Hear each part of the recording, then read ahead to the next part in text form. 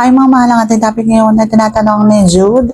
Ang tanong niya ay, Idol, nasasarapan ba ang isang babae kapag hinihimod-himod mo ang lambi ng isang babae at pinapasukan ng daliri at kapag halimbawa kung lumabas na yung katas sa papasukan na. Yan natin pag-usapan for today's video.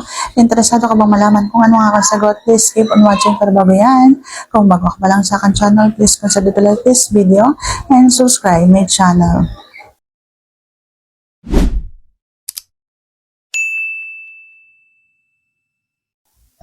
Gaya po ng sinabi ko sa Aika J Vlogs at Aika Mix Vlogs, kung bakit po ako ay wala ng ilang araw at walang update dahil po ay binagyo at nadana ng bagyo ang lugar namin dito sa Bicol at nawalan po ng kuryente.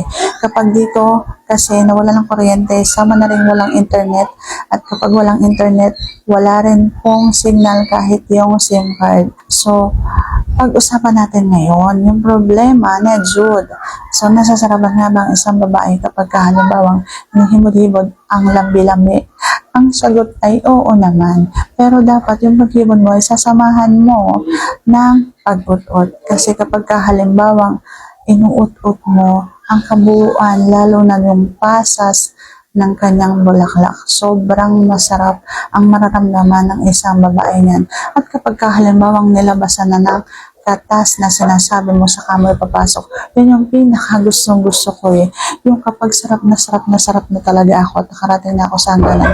Tapos papasukan, yung sobrang nakapanghinang pero ang sarap pa rin talaga. Yung halos ayaw kong puminto, yung halos ayaw kong mapigilan yung ginagawa niya kasi sarap na sarap ako. Yan yung pinakagustong gusto ko. Diyan ako, sarap na sarap. So, sana sagot ko na tama ang yung tanong. And if you like this video, please consider to like this video and subscribe my channel. Thank you for watching. See you on my next vlog.